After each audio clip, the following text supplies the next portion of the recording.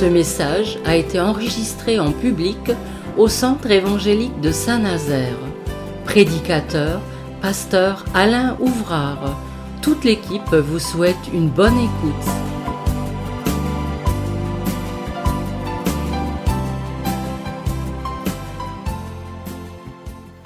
Alors, je propose, nous allons faire une lecture dans l'évangile de Luc, si vous voulez ouvrir avec moi. Est-ce qu'on pourra avoir un peu de lumière, s'il vous plaît? Merci. Alors, Luc, chapitre 18, et nous allons examiner ce passage. Donc 18, verset 9, c'est une étude que Jésus fait sur le caractère des hommes. Vous savez, dans l'évangile de Jean, Jésus dira qu'il n'avait pas besoin qu'on lui rende témoignage d'aucun homme parce qu'il savait ce qu'il y avait dans le cœur de l'homme. Alors on va le voir à travers cette image, parce que c'est une parabole, mais qui concerne deux catégories d'individus. Alors vous allez comprendre tout de suite. Donc, Luc 18, 9, Jésus dit encore cette parabole en vue de certaines personnes, se persuadant qu'elles étaient justes et ne faisant aucun cas des autres. Deux hommes montèrent au temple pour prier, l'un était pharisien et l'autre publicain. Le pharisien, debout, priait ainsi en lui-même, « Ô Dieu, je te rends grâce, de ce que je ne suis pas comme le reste des hommes, qui sont ravisseurs, injustes, adultères, ou même comme ce publicain. Je jeûne 2 fois par semaine, je donne la dîme de tous mes revenus. » Le publicain, se tenant à distance, n'osait même pas lever les yeux au ciel, mais il se frappait la poitrine en disant « Ô Dieu, sois apaisé envers moi, qui suis un pécheur. » Je vous le dis, celui-ci descendit dans sa maison justifié plutôt que l'autre, car quiconque s'élève sera abaissé, et celui qui s'abaisse sera élevé. Voilà. Et bien que le Seigneur nous bénisse à travers cette parole que nous connaissons, puisque nous l'avons déjà considérée ensemble à plusieurs reprises, mais je pense qu'il y a toujours quelque chose de nouveau à découvrir, et peut-être nous aider à véritablement nous connaître nous-mêmes, et puis de bien connaître aussi les autres, c'est important. Alors vous avez remarqué avec moi, ce passage nous parle de deux hommes dont nous allons donner un petit peu l'état de la situation d'ici quelque temps, et j'ai voulu donner un titre à cette prédication, « L'humble et l'orgueilleux ».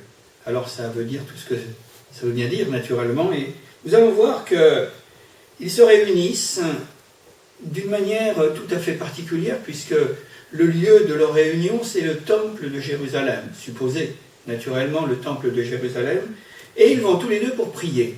Donc on pourrait dire que voilà, c'est quand même une situation qui pourrait prédisposer à la première condition, c'est-à-dire l'humilité. Mais nous allons voir que derrière les apparences, il peut y avoir aussi des choses qui révèlent les personnalités et les intentions et les motivations. Alors le verset premier, enfin le premier que nous avons lu ensemble, c'est le verset 9, c'est Jésus qui va donner cette parabole, fin observateur des gens de son temps, mais je crois que depuis toujours, ça n'a pas trop changé dans l'attitude des hommes. Alors il a donné cette parabole, et il nous est simplement expliqué, c'est un préambule en quelque sorte, en vue de certaines personnes se persuadant qu'elles étaient justes et ne faisant aucun cas des autres.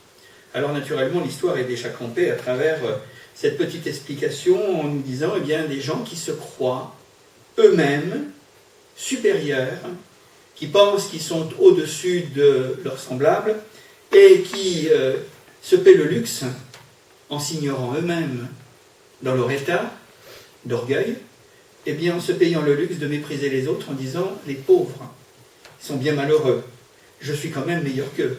Je suis quand même quelqu'un qui est au-dessus de tous ces gens-là. » Alors, c'est intéressant parce qu'on s'aperçoit que les siècles ont passé, ont défilé, et puis le message de Jésus ce soir, serait tout à fait et pleinement d'actualité pour notre temps, et qui peut-être plus est encore davantage.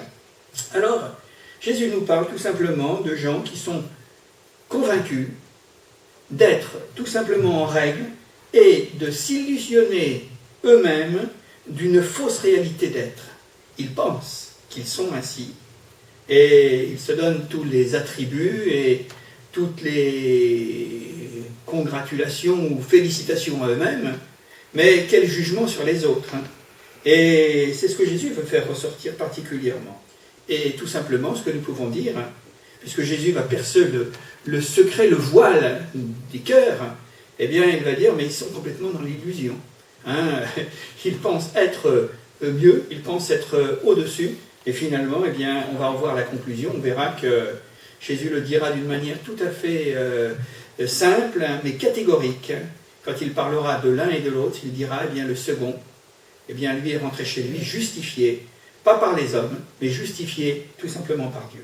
Alors, à qui s'adresse ce message? Eh bien, d'abord, je pense que Jésus était suivi d'un grand nombre de personnes, par-delà ses disciples. Hein. Vous savez très bien que Jésus avait 12 disciples avec lui, mais je pense que ça ne les concerne pas directement. Je crois que Jésus, comme il l'a fait quelquefois, eh bien, il voit tous ces gens qui sont autour de lui et il est en train de prendre en considération eh bien, tout cela. Et ça s'adresse particulièrement aux suivants, c'est-à-dire ce ne sont pas des disciples. Ce sont des gens dont la personne ou la personnalité de Jésus intéresse, en quelque sorte. Ce sont des gens qui suivent Jésus parce qu'il fait des miracles. Voilà, en quelque sorte, ce sont des badauds, on pourrait dire comme ça, des suivants. Mais ça ne les intéresse pas plus que cela. Quand Jésus aborde des sujets d'une grande importance, quant à la vie éternelle ou tout simplement la repentance, ce n'est pas trop ce qui les intéresse. Et on pourrait dire que ces suivants eh bien, de Jésus ont l'esprit phariséique. C'est-à-dire qu'ils sont bien dans cet esprit mondain, de penser que tous les autres sont mauvais et il n'y a que qui soit bien et qui soit bon. Alors c'est un esprit religieux. On va le voir, puisque là, Jésus prendra l'exemple d'une catégorie d'Israélites qui véritablement est beaucoup plus qu'une catégorie, voire même une secte, hein, de gens qui pensent être au-dessus du panier, bien qu'ils aient eu une histoire qui était très intéressante, les pharisiens. Au début de leur histoire, c'est vrai que c'était des gens qui s'attachaient à la parole de Dieu, qui s'attachaient à Dieu, etc., et qui étaient certainement encore dans une certaine mesure assez modestes et humbles, voulant véritablement eh bien, plaire à Dieu et faire ce qu'il fallait, mais les siècles ont passé, parce que l'apparition des pharisiens remonte à 300-400 ans, hein. On les appelait les assidim, c'est-à-dire les purs, et au départ ça pouvait encore passer. Mais il y avait quelque chose qui s'est installé, c'est cet esprit religieux, permettez-moi, mais détestable, voilà, que Jésus va souligner, de leur propre justice, selon leurs normes personnelles, c'est-à-dire qu'ils avaient modifié les commandements de Dieu, la parole de Dieu, pour en faire eh bien, des statuts, pour régenter la société, leur société à eux. Et ce qu'ils pensaient eh bien, devait être la norme pour tout le monde. Et si les gens n'étaient pas dans l'alignement, eh bien, on sait très bien que Jésus a eu des paroles extrêmement sévères et rigoureuses à leur encontre en disant « Vous avez changé le commandement de Dieu au profit de vos traditions. » Et on sait tout cela, hein, naturellement. Et il leur dira, il leur balancera aussi, il leur dit, mais hein, vous honorez Dieu du bout des lèvres, de votre cœur, il est bien éloigné. Hein, il n'y a plus rien du tout, hein, finalement, de tout cela. Alors, leur propre justice, leur suffisance, tout simplement, leurs normes personnelles imposées aux autres, c'est-à-dire à la mesure d'eux-mêmes. En disant, bien voilà, parce que je suis bien, tout le monde doit m'imiter. Je suis un modèle pour les autres, tout en méprisant son semblable, c'est ce que Jésus est en train de nous dire, le considérant comme un être inférieur, comme s'il y avait différentes classes. C'était en quelque sorte des sous-juifs. Hein, comme aujourd'hui, malheureusement, eh bien, on considère dans certaines sociétés, et peut-être pas très loin aussi de chez nous, peut-être même chez nous, qu'il y a des sous-hommes. Hein, et ça déclenchait des choses abominables, hein, l'extermination de certaines eh bien, ethnies ou autre chose. Voilà donc les choses qui sont le cadre, je vous l'ai dit tout à l'heure, c'est le temple et la prière. Alors, on pourrait penser que normalement, entrer dans un temple pour y prier, ça devrait être favorable. Quand même, hein, c'est un lieu normalement où les mœurs s'adoucissent. Enfin, en principe, c'est comme ça que ça se passe. Et ça devrait unir les hommes. Et on s'aperçoit que le fait religieux, au lieu d'unir, quelquefois divise encore beaucoup plus qu'on pourrait se l'imaginer. C'est terrible. Il faut voir le morcellement des religions dans le monde. Il faut voir un peu comment chacun tient à sa vérité, à son clocher, à sa chapelle, enfin j'en passe et des meilleurs, ou à sa mosquée, ou à son temple, voilà, peu importe. Hein. Mais c'est quand même assez troublant, et je crois que Jésus l'avait vu, il l'avait vu en Israël de son temps, mais je pense qu'il ne se trompait pas, parce que la parole de Dieu, eh bien, elle passe les temps, elle passe les siècles, hein, elle pénètre tout cela, et je crois que la parole de Dieu est tout à fait d'actualité encore aujourd'hui dans le fait de ce qui nous est présenté, donc le temple et la prière.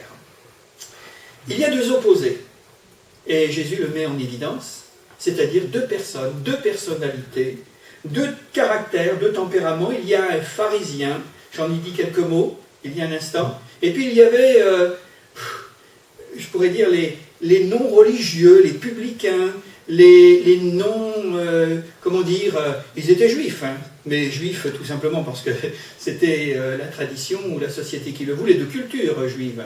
Mais quand aller à la synagogue ou quand aller au temple, ils préféraient faire des affaires, ils préféraient faire autre chose. Mais c'est intéressant de le prendre en considération parce que c'était des gens qui étaient souvent décriés. Oh, ils avaient des professions un petit peu particulières, c'était des professions qui les amenaient particulièrement vers l'argent. Comprenez l'enrichissement et tout ça. Hein, on les appelait les pharisiens très souvent, ils nous en ont présenté, ils se sont convertis, hein. Ils se sont tournés vers Jésus, ils ont suivi Jésus. On les appelait les péagers, comme Matthieu par exemple, et comme d'autres. Alors ils étaient un petit peu honnis, ils étaient un petit peu voilà, déconsidérés dans le monde d'alors, hein, parce que c'était des gens qui faisaient du commerce. Mais je vous dirais qu'il y a encore dans notre pays, il y a quelques siècles en arrière, les commerçants étaient mal vus par la religion.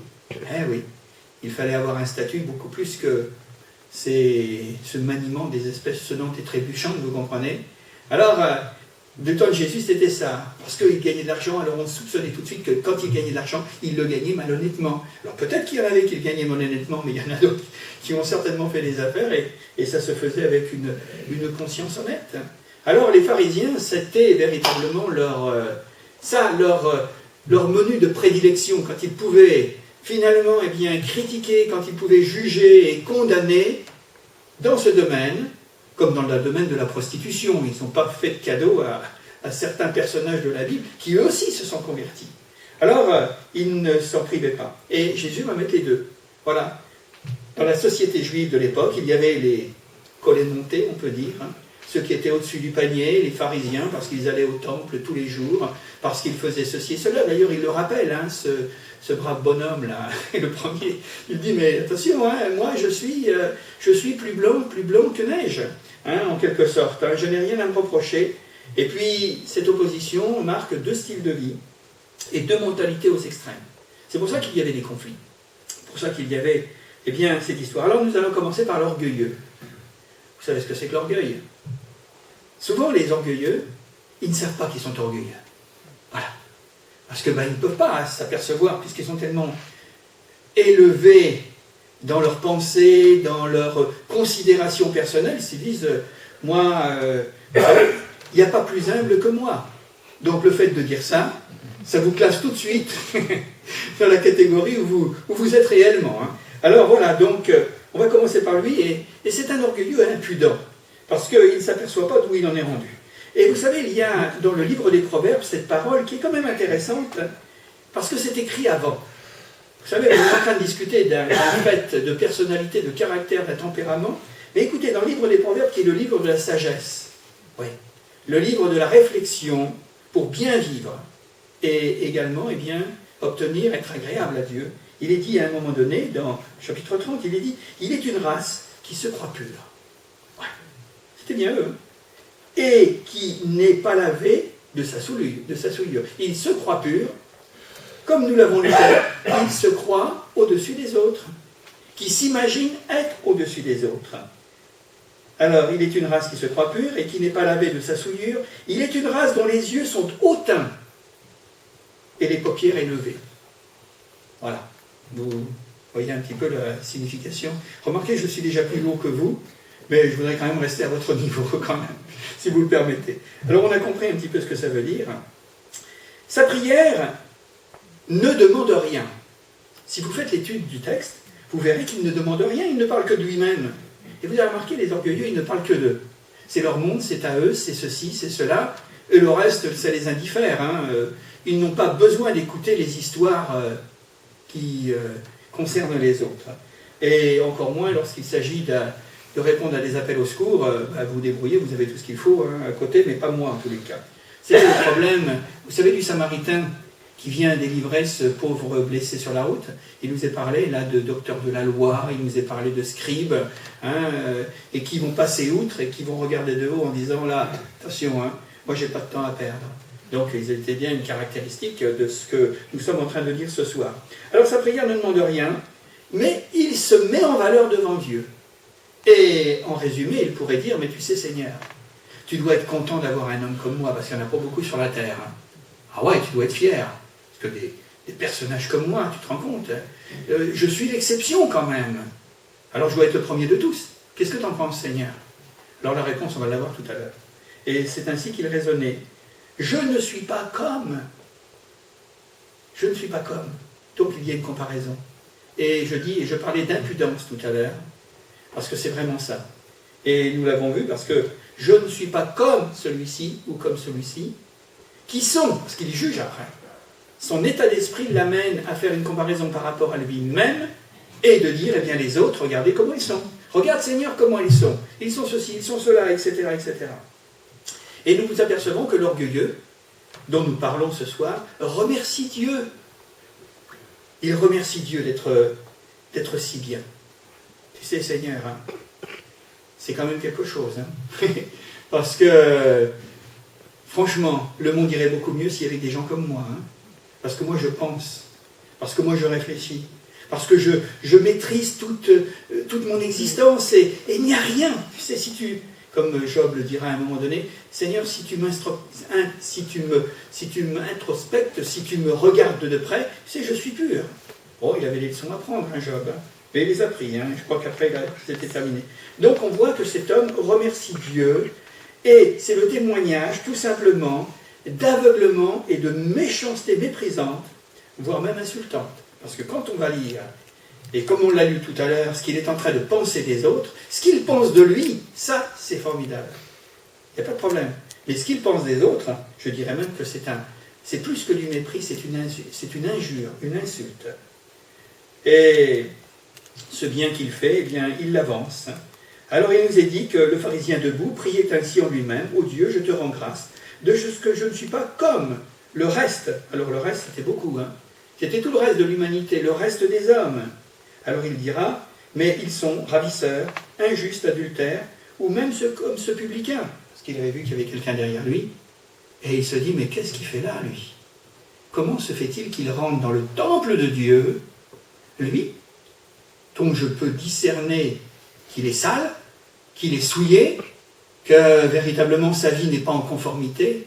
Eh bien écoutez, moi ce que je voudrais dire, c'est que moi je me réjouis de voir des gens qui arrivent, malades, pauvres, en haillons, défigurés par la vie, par peut-être même le mal qu'ils ont commis et les fautes, pour qu'ils puissent rentrer dans l'église. Parce que s'il faut être pur pour rentrer dans une église, il ne va pas y avoir grand monde. Hein. Jésus est un Dieu de miséricorde. Jésus est un Dieu qui pardonne les péchés, est un Dieu qui relève les âmes. Alors, on comprend que lui, il était à la porte pour essayer de faire tout simplement là le tri, en quelque sorte. Et donc, il avance le bien qu'il fait. Il parle que du bien qu'il fait, naturellement. Mais tout cela transpire d'arrogance. Alors, il est debout, vous avez remarqué, tête haute, plein de lui-même. Il se tient devant Dieu, il regarde le ciel. C'est une belle attitude. Et la mesure de son jugement, que nous avons lu il y a un instant, n'est pas la loi morale de Dieu. Parce que bien qu'il soit très religieux, bien qu'il aille tous les jours dans le temple, la loi, je dis bien morale, c'est pas autre chose. La loi morale de Dieu, c'est vraiment pas, finalement, eh bien, ce qui le préoccupe. Et c'est pas elle qui fait la base et qui est à l'origine de son jugement, en quelque sorte. Mais c'est la comparaison avec les autres. Et lui, il a retourné les choses. Je suis bien parce que les autres sont mauvais. Je suis vrai parce que les autres sont des menteurs. Je suis pur parce que les autres, ce sont tous des voleurs, des adultères, des ravisseurs, etc., etc. Vous vous rendez compte, au lieu de prendre ses sources dans le ciel, et autour et auprès de la parole de Dieu, il apprend en bas. Mais vraiment très très bas. Et lui, il se met au milieu. Il est en quelque sorte, vous savez, le petit bouchon qui flotte là sur les eaux. Hein? Il ne fait que flotter, hein, c'est tout. Hein. À un moment donné, il va couler, vous allez voir. Vous allez voir pourquoi. Alors, cette comparaison avec les autres, qu'il juge et qu'il voit mauvais, parce que c'est son regard qui est mal. C'est son regard qui est mauvais. C'est ce que Jésus dira aussi dans les sermons sur la montagne. Il dira, mais si la lumière qui est en toi est ténèbres, si tu n'es pas capable de voir le bien, si tu n'es pas capable de pouvoir apercevoir ou entrevoir que dans chaque homme il y a une lumière, il y a un espoir, même les plus résolus et tombés les plus bas, les laissés pour compte, Dieu appelle, autrement l'évangile ne serait pas l'évangile, et le salut n'existerait pas. Alors, c'est comme ça qu'il voit, et je crois qu'il exagère même les défauts de tous ces gens qu'il connaît, et puis celui qui est derrière lui, là, le pauvre bougre, qui est rentré peut-être depuis, ça faisait peut-être 10 ans, 20 ans qu'il n'était pas rentré dans le temple, et il va se fait accueillir là, tous les cas. Alors il exagère leurs défauts jusqu'à la calomnie. Regarde celui-ci, même comme ce pauvre public. Et il en met une couche. Cet homme, cet orgueilleux, fait 2 classes d'hommes dans la société. 2 catégories bien marquées. D'un côté, il y a tout le genre humain. Ouais. Et puis de l'autre, c'est assez particulier, l'autre classe, c'est la meilleure. Et je vous dirais que dans cette classe-là, c'est lui-même et lui seul. Donc, ça limite les choses. Et vous avez des gens qui ont cet état d'esprit. C'est terrible. Vous savez, on parle de racisme, on parle de xénophobie, on parle de ségrégation, mais ce n'est pas seulement sur les races, ce n'est pas seulement sur les religions, ce n'est pas seulement sur les différentes éducations, ou la manière de ceci ou cela dont nous avons vécu, ou de nos origines. Mais c'est dans tous les domaines. Et sur le plan religieux, ça n'arrange rien. D'ailleurs, on le voit. C'est terrible. Jusqu'à la haine, jusqu'à une profonde inimitié. Et moi, je crois que derrière ce détachement de ce pharisien suffisant et plein de lui-même, il y avait... C'était pas de la haine, comme on peut dire. Il n'aurait pas fait de mal, je veux dire. Mais ce qu'il y avait dans son cœur, c'était quelque chose qui n'était pas meilleur que la haine, je dirais peut-être encore davantage. C'est ce qu'on appelle de l'inimitié, c'est-à-dire quelque chose de profondément qui refoule, qui rebute, voilà, en disant, moi je n'ai rien à voir à faire avec ces gens-là. Pourtant ils habitaient la ville de Jérusalem, pourtant ils habitaient peut-être là, certainement peut-être dans les mêmes quartiers, quoique, je ne sais pas si ces gens-là habitent dans les mêmes quartiers que les autres. Voilà. Ils choisissent leurs amis naturellement, avec ceux avec qui ils peuvent s'entendre. Ça c'est un petit peu la version que Jésus donne sur cet homme orgueilleux. Maintenant nous allons passer à l'humble. C'est intéressant. Alors on a une petite idée de ce que peut être la modestie, l'humilité. Il n'a peut-être pas toujours été humble, ce pauvre publicain. Peut-être que s'était-il enrichi et que ça lui avait pris la tête, que finalement il s'était donné brillante et joyeuse vie et qu'il avait claqué tout ça, etc. Et puis à un moment donné, il ne vous a pas donné les circonstances. Pourquoi il est rentré dans le temple, dans tous les cas, il est rentré avec un sentiment profond qu'il avait besoin de Dieu. Alors le mot humilité, qu'est-ce que ça veut dire? Ça vient d'un mot, c'est le mot humus. Et le mot humus, vous savez de ce que c'est, hein? C'est la terre, c'est la poussière. C'est pour ça que c'est véritablement très bien dit dans notre langue française, humilité, humus, terre, poussière. Et c'est intéressant de le prendre en considération parce que autant le premier donnait la caractéristique flagrante et patente de ce qu'il y avait à l'intérieur de lui-même qui était répugnant à cause de son orgueil, autant le deuxième va faire la démonstration de ce qu'il est profondément. Je reviens sur ce que je disais tout à l'heure. Peut-être qu'il n'a pas toujours été comme ça. Ça lui est peut-être arrivé avec sa situation de publicain, de mépriser les autres et tout ça, mais ce coup-ci, là, non. On ne sait pas les circonstances qui l'ont amené. On ne sait pas qui c'est qui l'a poussé, peut-être, ou lui-même, tout simplement, dans sa conscience, en disant « je ne veux plus vivre comme ça. C'est pas possible, je ne peux plus me supporter comme ça. J'ai menti, j'ai volé, j'ai eu tellement d'aventures, tellement de ceci et cela. J'ai besoin de refaire la paix avec Dieu. J'ai besoin de rentrer dans le temple et puis de lui dire et de lui lâcher le poids qui est sur ma conscience. Et je suis sûr, parce qu'il croyait dans le Dieu d'Israël, qu'il avait certainement entendu quand il était enfant, que ce Dieu d'Israël, c'était un Dieu rempli de miséricorde et de compassion. C'est ça peut-être qui l'a amené à rentrer tout à nouveau. Regardez les mots qui sont donnés pour eux en ce qui le concerne. Se tenant à distance, alors que l'autre était debout devant en disant « Seigneur, je suis quand même le meilleur, c'est pour ça que je m'approche de toi. Comment tu me trouves? Beau? Intelligent? Ah, je suis spirituel, je suis certainement les meilleurs. » Alors il se tenait à distance, celui-ci, le contraire du premier. Et il n'osait lever les yeux vers Dieu. C'est-à-dire qu'il avait les yeux vers la terre, en disant « Seigneur, tu sais, j'ai tellement honte, comme quelqu'un qui a fait une faute, dont il est conscient de sa faute et de la gravité de sa faute et des conséquences de sa faute. » Actuellement, j'ai ma petite fille à la maison. Elle est mignonne, mais c'est une chipie. Elle a 18 mois, elle commence à découvrir tout. Tout ce qui passe autour d'elle, ça y passe. Et elle n'écoute pas trop mamie, parce que mamie, c'est mamie. Voilà. Mais comme papy prend sa grosse voix, alors là, elle est comme ça, elle me regarde, ça commence à bouger un petit peu là, de tous les côtés, et c'est calmé, après c'est fini. Quand elle fait une bêtise, naturellement. Mais je ne suis pas un papy méchant, il n'est pas peur. Alors, elle n'ose lever la tête. Voilà, oui, j'ai fait ceci et cela. Elle ne se frappe pas encore la poitrine. Mais toujours est-il que lui, en tous les cas, il se frottait la poitrine, parce que c'est comme ça, quand on met son poing sur notre torse, notre poitrine, c'est comme si le siège de notre personnalité, c'était notre cœur. Et comme si on se disait, ah, j'ai fait des bêtises, j'ai fait ceci et cela.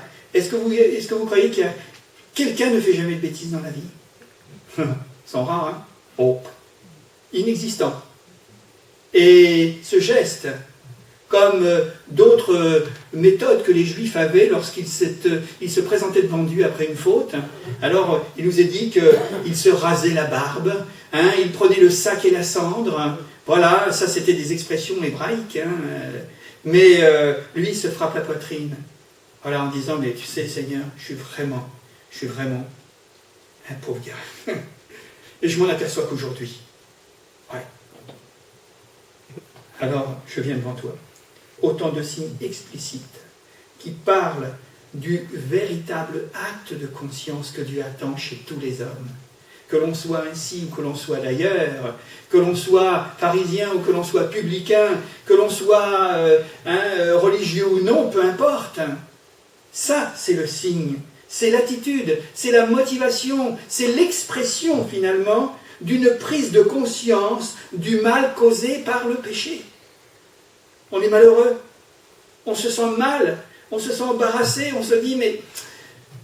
Ah oui, mais Dieu a mis une conscience dans chacun d'entre nous, on sent que quelquefois quand tout va bien, on est dans la joie, on est dans la paix, et ça va bien, ça marche bien. Mais quand on a fait une bêtise, alors à ce moment-là, je sais pas, c'est comme quand on a la grippe. On tousse. La vie, c'est comme s'il n'y avait plus la lumière, c'est comme s'il n'y avait plus d'entrain, c'est comme s'il n'y avait plus la joie. On perd notre gaieté, on perd notre entrain, on se dit, Seigneur, qu'est-ce que tu penses de moi maintenant? Est-ce que je peux encore m'approcher de toi? Est-ce que je peux encore oser venir dans une réunion, prier, te demander quelque chose? Comment tu vas me traiter? On est vraiment gêné. C'est comme si on était dans les liens. Et lui, il prend conscience du mal qu'a causé sa vie sans Dieu, qu'a causé sa vie en dehors, finalement, de l'existence de Dieu. Il s'en est même pas préoccupé, mais là, ça lui arrive en pleine figure. Il se dit, mais maintenant, c'est pas possible.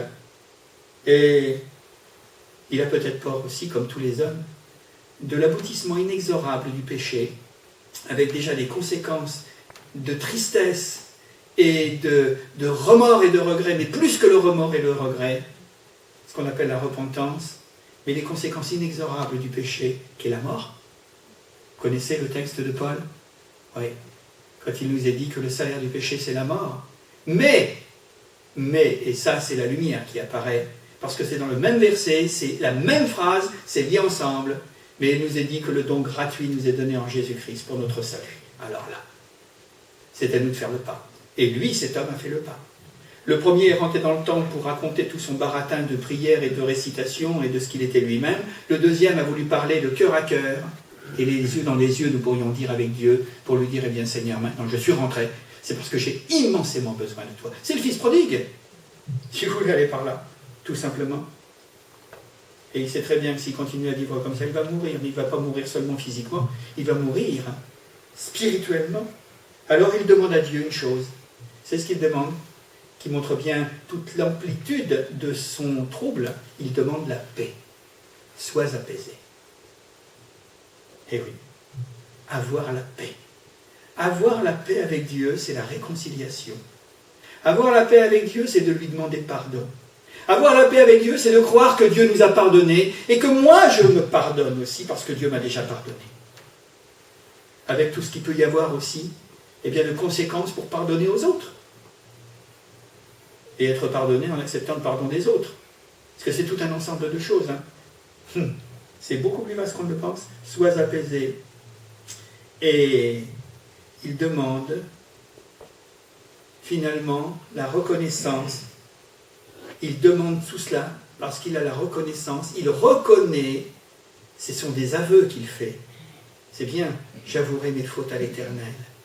Oui, je dirai mon péché. Alors, l'aveu d'un état de perdition. C'est ça la repentance, c'est pas autre chose. Et qu'est-ce que c'est au juste la repentance? Eh bien, c'est ce que Jacques nous dit d'une manière très simple, mais il faut peut-il le rappeler. Oh, il y a un verset particulier de Paul sur la repentance, mais celui-ci, il est pas mal non plus. Je l'ai choisi à votre attention ce soir. Quand il est question de Jacques, chapitre 4, verset 8, il est dit « Approchez-vous de Dieu ». Ah oui, je peux m'approcher de Dieu, je peux rentrer dans son temple, je peux rentrer dans sa présence. Approchez-vous de Dieu, et qu'est-ce qu'il nous est dit? Et il s'approchera de vous. Cette fois-ci, Dieu n'était pas devant dans le temple avec le pharisien, il était derrière à la porte avec le publicain. Il s'approchera de vous. Nettoyez vos mains, pécheurs. Purifiez vos cœurs, hommes irrésolus.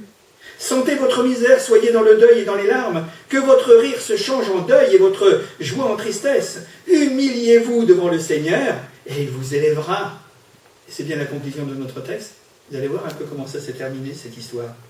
Sois apaisé. Je terminerai par une petite anecdote, si vous voulez bien, qui est la suivante. Illusion de ne pas vouloir changer de vie. Je prends à témoin ce pharisien qui lui était suffisant de lui-même, qui disait, bien moi, je donne ma dîme de tous mes biens, je fais ceci, je fais cela, et il était tout à fait conscient, il dira, mais je te rends grâce parce que je ne suis pas comme le reste, je jeûne 2 fois par semaine, il devait avoir la ligne quand même.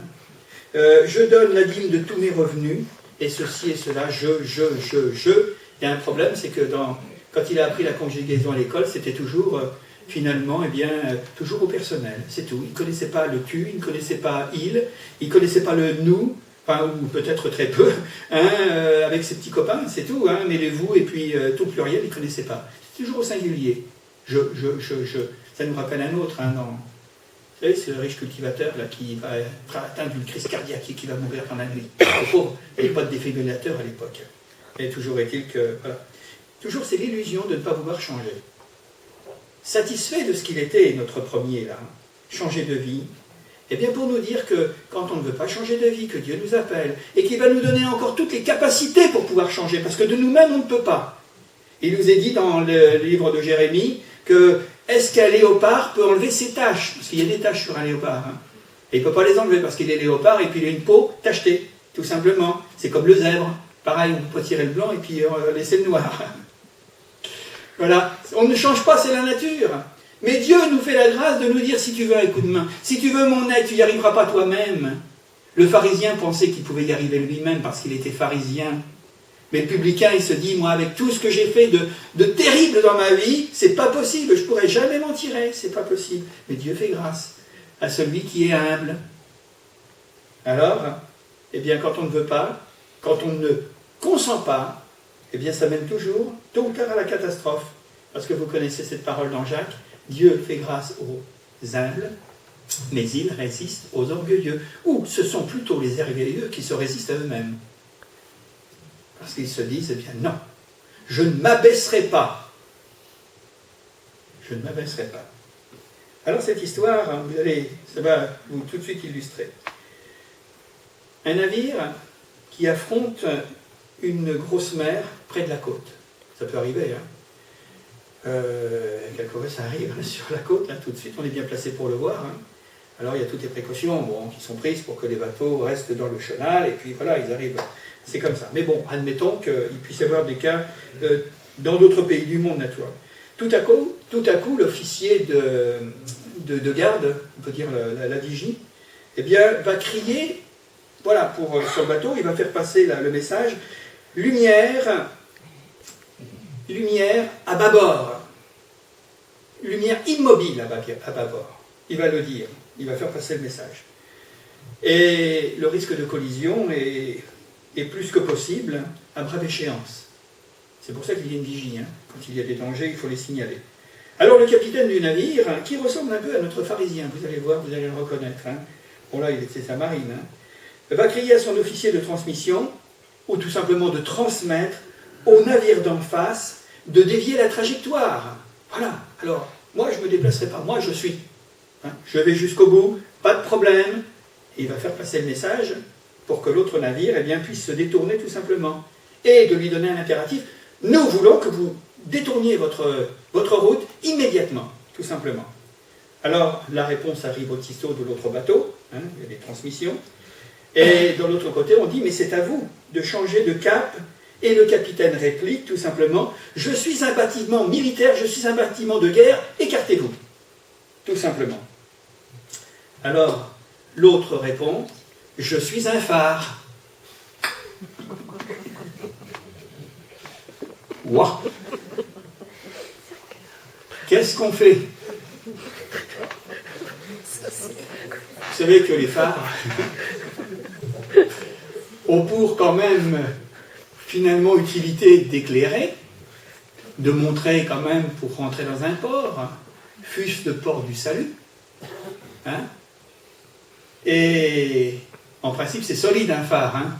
Quand on voit les paquets de mer qui viennent se briser sur les rochers et les phares, évidemment, mais c'est intéressant quand même tout cela, parce que c'est l'image de ce pharisien qui est imbu de lui-même, même si c'est un bateau de guerre, même si c'est un cuirassier ou un sous-marin, enfin tout ce que vous voudrez après tout, hein, moi j'y connais rien tout ça, mais imbu de lui-même, entêté, convaincu de ce qu'il croit, de ce qu'il sait, de ce qu'il s'imagine, il est le capitaine du navire. Ils ont du tempérament, les capitaines de navire. Hein. Wow, c'est vrai qu'ils ont de la personnalité. Hein. Mais peut-être qu'il faut. Hein. Il est convaincu d'avoir raison. Et je voudrais vous dire que c'est le meilleur moyen de faire naufrage. C'est pour ça que nous avons lu tout à l'heure. Quand le publicain dit ceci, sois apaisé, donne-moi ta paix, Seigneur, parce que je suis un malheureux, dans tout le sens du terme, je suis un pécheur. Jésus répond, je vous le dis, celui-ci, le dernier, le publicain, celui qui se frappe la poitrine, celui qui demande la paix avec Dieu, il nous est dit, celui-ci descendit dans sa maison justifié plutôt que l'autre. L'autre, il est parti en sifflotant, en disant, ah, j'ai été faire un petit bonjour au Seigneur dans le temple de Jérusalem. Il était content de moi. Et il s'en va en sifflotant comme ça chez lui. Mais ce qu'il ne sait pas, c'est que là-haut, il est toujours le même. Il n'a pas changé. Et il s'en va vers la catastrophe. Il s'en va vers le naufrage. Et il va faire naufrage. Il pourra toujours dire de l'autre côté, mais j'avais ma religion, mon judaïsme. Et tu sais, hein, Seigneur, si tu les as oubliés, je peux te réciter les 12 tribus des fils d'Israël. Hein. Moi, je les connais par cœur. Et puis, tous les commandements hein, de la Torah, etc., etc. Ben, vous savez, peut-être qu'il va se faire entendre. Il aurait peut-être fallu en savoir moins. Parce que la connaissance enfle, mais d'avoir un peu plus de modestie et d'humilité. Parce que moi, je fais grâce aux humbles et je résiste aux orgueilleux. Tout simplement. Alors, car quiconque s'élève sera abaissé, celui qui s'abaisse sera élevé. Ouais. Je voudrais terminer avec un simple texte que je ne veux pas commenter, mais parce que c'est Paul qui le dit. Vous savez que Paul, c'est un fier orgueilleux avant de se convertir. Il était juif. Il était rabbin. Eh oui. Il avait été élevé au pied de toutes les sommités de théologie en Israël, Gamaliel par exemple. Il était forcené parce que c'était un violent, un zélé, jusqu'à commettre des crimes et des meurtres. Et il le dira, il écrit tout ça, il le reconnaît. Et il écrira ces choses dans Philippiens chapitre 2 et au verset 3, parce que ça résume un peu ce que nous avons vu ce soir. Il écrit ceci: ne faites rien par esprit de parti. Oui. Avec favoritisme, avec sélectivité, avec sélection, en essayant de faire des classes d'hommes, de ceci, cela. C'est mes amis, ce sont mes ennemis. Je ne les aime pas parce qu'ils ne sont pas comme moi. Ça va pas loin, hein? Ça va vraiment pas loin. Alors, ou par vaine gloire, parce que le pharisien c'était ça, hein? Mais que l'humilité vous fasse regarder les autres comme étant au-dessus des autres. Que l'humilité, la modestie, que votre attitude intérieure, eh bien, rende aux autres ce qu'ils sont et l'honneur que vous leur devez, naturellement. Que chacun de vous, au lieu de considérer ses propres intérêts, ça me fait penser à mon capitaine, là. Et le phare, tu dégages. T'es pas prêt de dégager le phare. Hein. C'est lui qui allait se prendre certainement, eh bien là. Alors que chacun, au lieu de considérer ses propres intérêts, considère aussi ceux des autres. Vous savez, on n'est pas tout seul dans la vie. Hein. Si ça peut vous rassurer. On est plus de 7 milliards maintenant. C'est pas mal, hein? Alors on a du mal à s'imaginer ce que ça peut représenter 7 milliards. Déjà, quand on est dans une foule, on se dit il y a du monde, hein? Mais alors, le reste, puis ce qui est assez étrange, ce qui est étranger, ce qui était merveilleux à la fois, c'est que le Seigneur connaît chacune de ses créatures. Eh oui, il nous connaît chacun d'entre nous. Et puis, quand c'est du côté des Indes ou de la Chine, il n'y a pas trop de monde par là, hein? Ben, il connaît chacun aussi. Et il connaît surtout les attitudes et les comportements et les motivations. Qu'est-ce qui fait que nous soyons ceci, que nous soyons cela, que nous disions ceci ou que nous agissions ou réagissions de telle ou telle manière.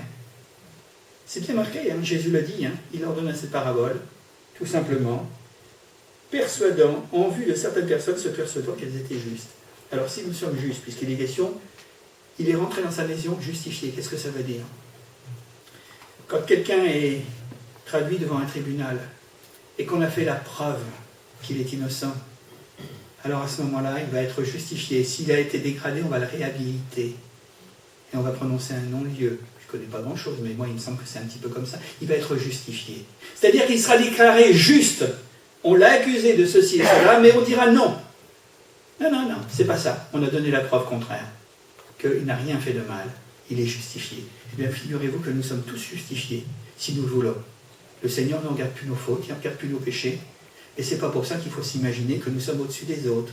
Nous restons humbles et nous restons modestes. Et c'est ainsi que Dieu pourra nous bénir et nous conduire et nous diriger, que nous serons véritablement les fils et les filles de notre Père qui est dans les cieux. Que Dieu nous bénisse. On va prier quelques instants si vous voulez bien. Seigneur, nous voulons te remercier et te bénir pour ta bonté et ta fidélité. Oui, Seigneur, merci pour ces enseignements pertinents de ta parole. Et quand c'est Jésus qui nous les donne, eh bien, tout cela, Seigneur, eh bien, a véritablement du goût. Tout cela a de la saveur parce que ça remet l'homme, quel qu'il soit, le petit comme le grand, le riche comme le pauvre, l'ignorant comme le savant. Ça nous remet tous, finalement, sur le même pied d'égalité. Quelque part, Seigneur, si nous sommes au vu et au su des hommes, eh bien, en effet, dans l'apparence et dans l'extérieur, il y a une chose qui va faire la différence. C'est que toi, tu ne regardes pas, Seigneur, à ce qui frappe les yeux, tu regardes au cœur. Et nous te bénissons et nous te remercions. Et qu'ainsi, véritablement, eh bien, tu nous apprennes à ne pas marcher la tête haute, rempli de suffisance et d'orgueil, mais donne-nous d'être à l'exemple de cet homme qui est venu vers toi, et prenant conscience que pour s'approcher de toi, eh bien, il faut être simple, modeste. Il faut être, en effet, sans arrière-pensée, en croyant que tu accueilles tous ceux qui s'approchent, Parce que si nous nous approchons de toi, toi tu vas t'approcher de nous. Et nous te bénissons et nous te remercions. Visite ceux et celles, Seigneur, qui entendent ta parole. Et qu'ainsi tu leur fasses le plus grand bien. Et qu'ils puissent comprendre qu'en effet, Seigneur, obtenir la faveur et la grâce de Dieu passe nécessairement en considérant notre Dieu, en considérant ce que nous sommes et en donnant la place qui revient à notre semblable et de le regarder non pas en dessous, mais de le regarder au-dessus. Merci Seigneur, dans le nom de Jésus. Amen. Amen.